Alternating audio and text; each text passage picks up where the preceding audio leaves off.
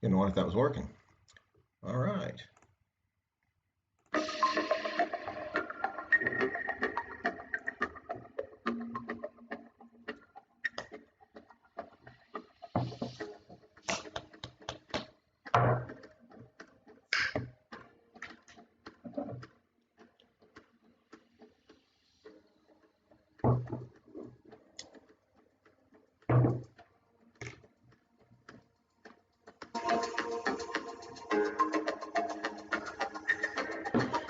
Well, welcome aboard, folks. Hi, it's Chris once again here on Indaba Africa. It's Sunday, May 3rd, and this is just another episode of Stray Voltage random thoughts and ideas, concepts, news, and events from the past week that we'll talk about today. So, welcome for joining me today on Stray Voltage. Just a chance to catch up. Hey, Ice, there you go. Good to see you there. Just a chance to catch up and talk about events of the week and some other random thoughts. Today, I thought I'd cover a number of topics. Discussion briefly about yesterday's discussion with Evans Larbi from Ghana, who's a small-scale commercial farmer in Ghana. Talk about that live stream from yesterday, which is my first regularly scheduled Saturday live stream. It went over pretty well, a lot of good feedback on it, and Evans has already been contacted by a number of people who are in the agricultural sector who are interested in working with his farm. So that is interesting, from outside of Ghana. Also discussed the passing of Dennis Goldberg, a Liberation era icon in South Africa. Botswana Crafts, another interesting business that produces some wonderful products that I'll talk about, and I have a large collection of them myself. Namibia will be lifting we'll be lifting some of its lockdown requirements midnight Monday, turning Tuesday, 4th to 5th of May. And also a discussion of the events that took place in Gauteng and the North Gauteng Court in South Africa about its decision to uphold the tourism relief fund position on only giving money to majority-owned businesses. A controversial topic to say the least. So we'll also talk about that. But for the moment, let's talk about COVID-19, the Wuhan coronavirus. Do the rest of you have fatigue? I know I've certainly heard enough about this, and it's starting to wear thin on a lot of folks' patience, the Wuhan coronavirus COVID-19 crisis, and the associated hysteria and government actions when it comes to lockdowns, the suspension of civil liberties in the interest of public safety, and our states going too far. For instance, in South Africa, we see a situation where the government is banning the sale of cigarettes, even though it's lifting many restrictions, well, some restrictions this week by lowering the lockdown by one level. Yet cigarettes are still banned, and on spurious grounds at best. We'll talk about that. Let's see what Ice had about to have a braai. Well, lucky you. Early evening there, having a braai. Please fill us in on your state lockdown measures. No, what I said on a previous stream with Ronaldo Ho's program, ICE is asking a question about here in Pennsylvania. What happened here in Pennsylvania is I can't find the link now, but I did see the map. The county has, I think, like 80, the state has like 88 counties or something like that. Not originally from Pennsylvania. So the governor has decreed that about a third of the counties, 1/3, will have the lockdown restrictions lifted, and that is the case today. They're lifted, or tomorrow. So 1/3 of the state, but that's the least populous part of the state. Much of it's wilderness, forestry, remote areas of the state in the northern, center, and northwestern corner of Pennsylvania.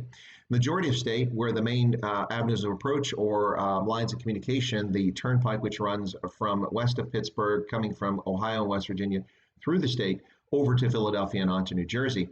The turnpike, that corridor, all the counties around it are still locked down, as are the counties coming up Interstate 83 and Interstate 95, which comes up past Philadelphia in the east, and 83, which comes up the center of the state to Harrisburg, then continues to the northeast. Those parts of the state are still in lockdown. The reason I mentioned this in the other stream is that in this county, I didn't look at the figures because I said I'm getting a bit of fatigue when it comes to COVID-19. But in this state, or in this county, I should say, in York County, we a couple of days ago had under 600 cases after 6 weeks of lockdown in a county of 450,000 at least. So just 600 cases. And we're not seeing any major spikes after 6 weeks. I submit to you that the virus incubation period is not 6 weeks long. So even if we had started this 6 weeks ago, which we did, we should not be seeing new cases as a consequence of the spread, but rather from people who are obeying lockdown measures, and that's the extent of it. So the question is, what happens when the lockdown's lifted? It's not being lifted here. Patience is wearing thin for a lot of people, and it's not just right-wing conservative nut jobs, as the press likes to paint folks who complain about this, but people across the political spectrum who are frustrated by the state. Arguably, one can understand if the lockdown conditions in Pennsylvania were to continue in the epicenter, the hotspots for this virus, particularly the Philadelphia area and the southeast corner of the state, and also in in Pittsburgh, out west of the state. One can understand that. But if you look at a map, it appears that counties with less than 30 cases, a county just to the west of here, a smaller county with just 21 cases, is included in the lockdown. The only logical explanation can be that it runs along a line of communication from Maryland coming into Pennsylvania, a highway route, a main highway route, with a lot of trucking going on. But beyond that, what's the argument for keeping it open other than, I don't know what the argument is. So that's what's going on here in Pennsylvania. Yeah, so it's 1/3. Yeah. Yeah, 1/3 is, oh, I see what I see. Yeah, 1/3 is 1/3. But I see what you took it to, you inferred that that was 1 out of 3. Gotcha. Now it's about 88 counties here in Pennsylvania. So that's the situation. Variable Vision says, did you read Gareth Cliff's open letter to President? I listened to his comments that were recorded. I don't know if I've seen, if that's the letter. So I'm not sure if I know the answer on that, Variable Vision. But the comments that Gareth Cliff made were amazing. They were cogent. They were appropriate. They were well thought out. And Cyril Ramaphosa will spend exactly 1 microsecond paying attention to it. That's the problem, of course. The ANC has unassailable position in government, and it can get away with what it likes because the world is not saying anything, in no small measure because the rest of the world is also going through lockdown at this stage, and that's a problem. He listed a lot of reactions on social media. That's fantastic. Okay, Variable Vision says that elicited a lot of the reaction on social media. That's great. I'm glad to hear that. And it is the one that I heard. Those were remarkable comments. If anybody has that link, I'd love to get that link from you sometime. I want to get that audio. It was absolutely amazing. I says, are you finding in first and second hand experience some people from the blue team are coming over to the red team? I do see a little bit of that, but not any red team going to the blue team. Yeah, what ICE is referring to is the ideological split between what we call blue states and red states. Never really liked that. I grew up thinking that Republicans were blue. It turns out the Democrats are blue and the Republicans are red. Who knew? Apparently I did. But anyway, yeah, that's what he's talking about, the ideological split. Or am I seeing, from my personal experience, people from the left or from the Democratic side become Republicans? I don't know that I've seen a lot of people in that situation, but I've seen a lot of people who voted for Trump in the 2016 election and never admitted it publicly and wouldn't tell people they voted for him. And that includes people from the right, the left, and the center. A lot of people found him to be brash and crass and unpalatable, but the options they were not thrilled with, so they voted for Donald Trump. I was not a huge fan of Donald Trump, not that I had any personal animus against him or that I had any issues with many of his positions, many of which I agree with. I just found him to be annoying. And I remembered his show, The Apprentice, which I found to be mildly entertaining, but quite annoying. But I also hold a little bit of a grudge against Donald Trump because in 1980s, he's the one who bought the New Jersey Generals franchise for the United States Football League, or the USFL. And he pushed for the league to move from the spring to the fall. And in doing so, they competed directly with the National Football League, and there was no chance they were going to survive. Consequently, the league folded up shortly thereafter, and I've never forgiven Donald Trump for ruining my football franchise, the football league that I enjoy, the Michigan Panthers, the New Jersey Generals. Fantastic league with a lot of players who actually went into the NFL later, like Bobby Hebert, Andre Reed, Jim Kelly, lots of others, Herschel Walker. So there you go. Well, let me talk about, but before I do that, let's talk about Dennis Goldberg. I don't want to get too far into the discussion, but Dennis Goldberg passed away this week at the age of 87. He was well known for his role as a member of Umkhonto we Sizwe, or MK, the armed terrorist wing of the African National Congress. And its members were famously captured and tried at the Rivonia trials in the early 1960s. That's a trial in which Govan Mbeki, Thabo Mbeki's father, Walter Sissouzlou, that's Lindiwe Sissouzlou, one of the perpetual ministers of government, her father, and also Nelson Mandela were convicted in that trial of treason and terrorist charges. And all of the black members of the MK movement that were captured and tried and convicted were sent to Robben Island, famously, eventually.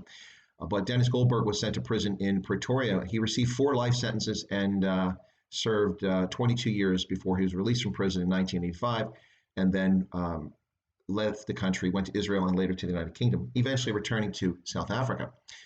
Now, while he was a member of a armed wing and an insurgent group and a terrorist organization, which I hold in low regard, MK, he was nonetheless an luminary and an important figure in the liberation struggle to end apartheid in South Africa. This past week on Monday, the 27th of April, Freedom Day in South Africa, the President Cyril Ramaphosa mentioned a whole host of recent liberation era icons, and then also some historical figures like King Ketshepwe of the Zulu and others. Yet he failed to mention a single white South African who participated or contributed to the liberation struggle. I thought that the oversight of Dennis Goldberg in particular was especially egregious. And then just a couple days later, Dennis Goldberg passes away. Now, Cyril Ramaphosa has found the time to say nice comments about him, recognize him after he's passed away, and also to establish 3 days of mourning with the South African flag flying at half mast.